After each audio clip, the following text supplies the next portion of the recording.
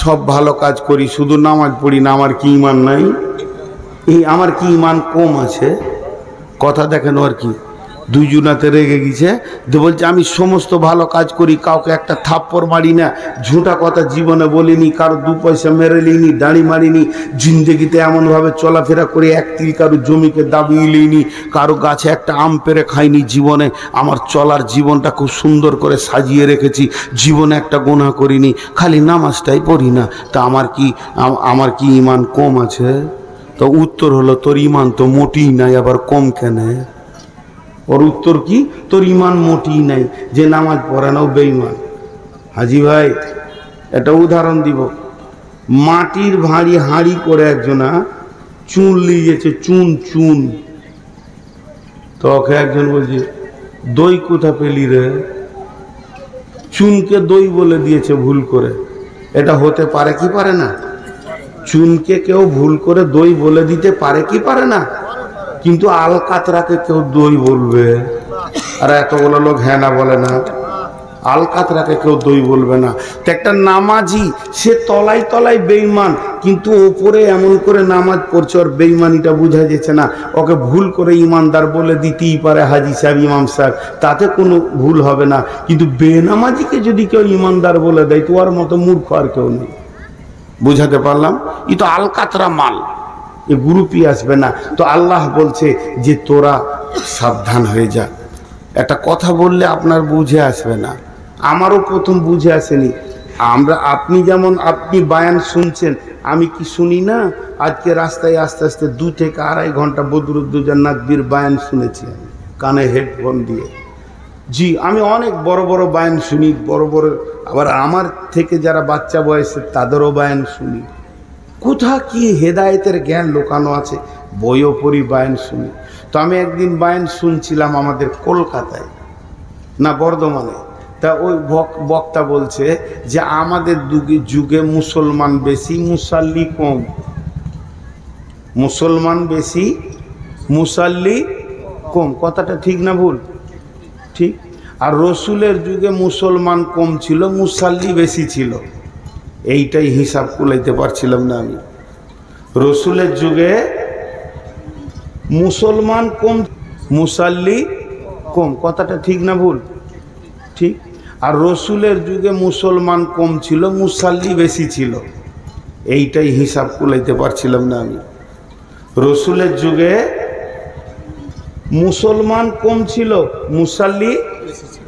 আরে লে মজা, মুসলমান যদি 100টা হয় তা আজান দিলে ওই 100টাই আসবে। হিন্দু কি মসজিদ ঢুকছিল? পরে যখন ও ব্যাখ্যা করলো যে মুনাফেকরাও মসজিদ ঢুকতো, ওটি তো মুসলমান নয়। মুনাফিক এখানে মুসলমান বলবো, ওর বায়ানটা ছিল মুনাফিক। তো আজকে আমাদের এই মুলাবাড়ি না, গ্রামে না, আহা মোলাই বাড়ি, কে যে নামটা রেখেছিল, হায় রে, ওকে দেখলে চুমা খেতাম গো। মরে গেছে না বেঁচে আছে আল্লাহ জানে। মুলাই বাড়ি আর কিছু পাই না, বেগুন বাড়ি বললো জানে, খানিক শান্তি পেতাম। সারা মুলাইটাকে নিয়েছে, এত কেন কাঁথাকাঁথি করছে।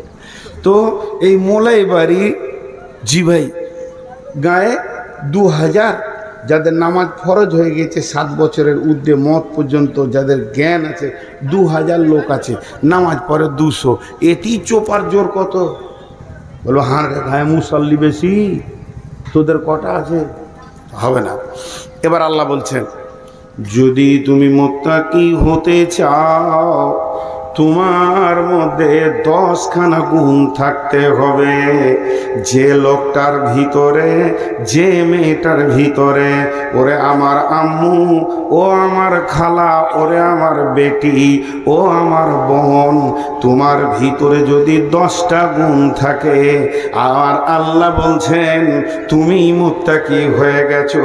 হে আমার বন্ধুবর, আমার বাবাজিরা, সোনানা লালেরা, আপনার আমার ভিতরে যদি 10খানা গুণ থাকে, তাহলে পৃথিবীর লোক যদি বেঈমান বলে বলবে, পৃথিবীর লোক যদি আপনাকে আমাকে তানা মারে তো মারবে, কিন্তু আমার রব বলছে আমি তোকে মুত্তাকি বলবো। এবং মুত্তাকির যে সম্মানটা আছে সেটা কিয়ামতের মাঠে পাবি, সেটা পুলসেরাতের পাবি, সেটা জান্নাতে ওই মাকামে তোকে আমি পৌঁছিয়ে দিব। মুত্তাকিদের মাকামে তোর স্থান হয়ে যাবে। অতএব বন্ধুরে, ওই 10টা গুণ আপনার আমার ভিতরে আসতে হবে। এখন 10কে যদি 2 দিয়ে ভাগ করা হয়, ভাগে কটা পড়বে? 25টা। 10কে যদি 2 দিয়ে ভাগ করা হয়, একটা ভাগে কয়টা পড়বে? 5টা। এখানকার লোক মুখ খুলে না, আর বাংলাদেশের লোক মুখ বন্ধ করে না। ওদেরকে যদি বলা হয় যে একটু চুপ হে, শেষ দিকে একটু হই করবি, বলবেন না, অতি মাঝে 4 বার করে চালাবো। তো এখানকার লোক মুখ খুলে না, আর ওরা মুখ বন্ধ করে না। একবার বলেন, 10কে যদি 2 দিয়ে ভাগ করা হয় কয়টা হবে? 5টা। 5টা হলো ঈমান, 5টা হলো আমাল।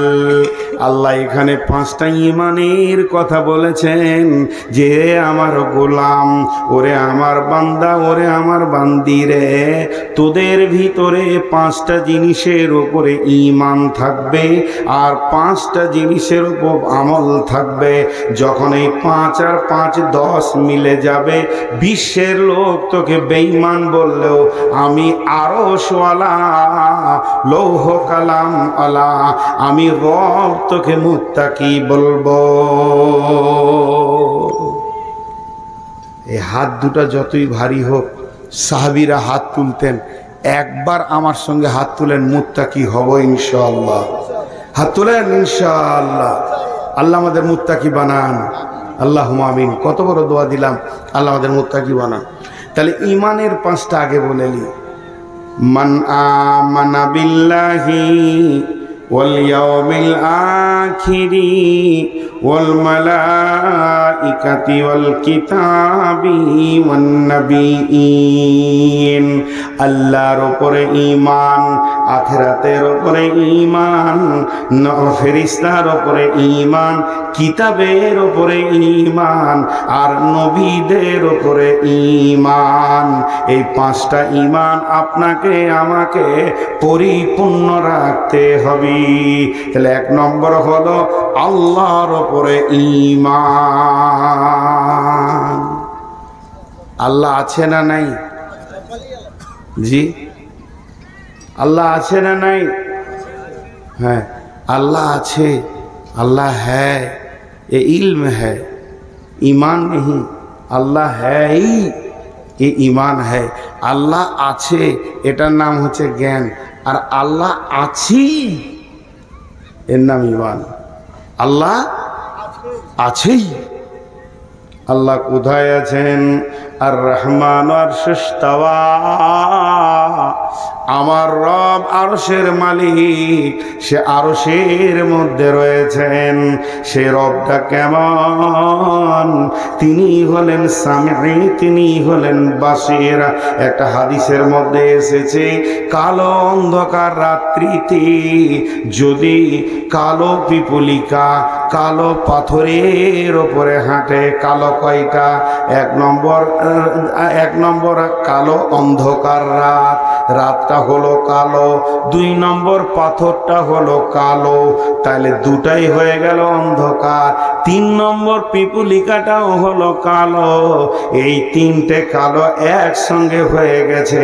এই পাথরের উপরে পিপুলিকাটা যে হাঁটছে গুড় গুড় গুড় পায়ে, তা আমার আল্লাহ তার পাটাও দেখতে পান এবং ওর পায়ের আওয়াজটাও শুনতে পান।